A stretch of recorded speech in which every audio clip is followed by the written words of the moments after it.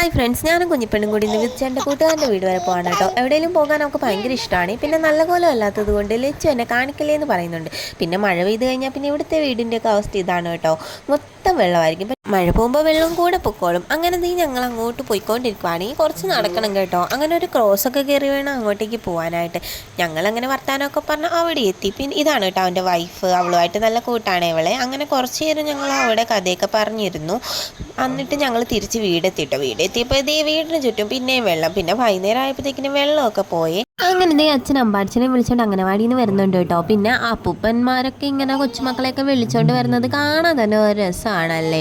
ഇപ്പം ഇങ്ങനത്തെ കാഴ്ചയൊന്നും കാണാൻ കിട്ടൂല. പിന്നെ അതേ ലച്ചുകുട്ടീനെ ഞാനൊരു തോർത്തിനകത്ത് പൊതിഞ്ഞ് വെച്ചേക്കുവാണ്. അങ്ങനെ ലച്ചുവിൻ്റെ ഇരിക്കാൻ അവൾക്ക് ഭയങ്കര ഇഷ്ടമായ കാരണം അവളുടെ ഇരുന്നോളും.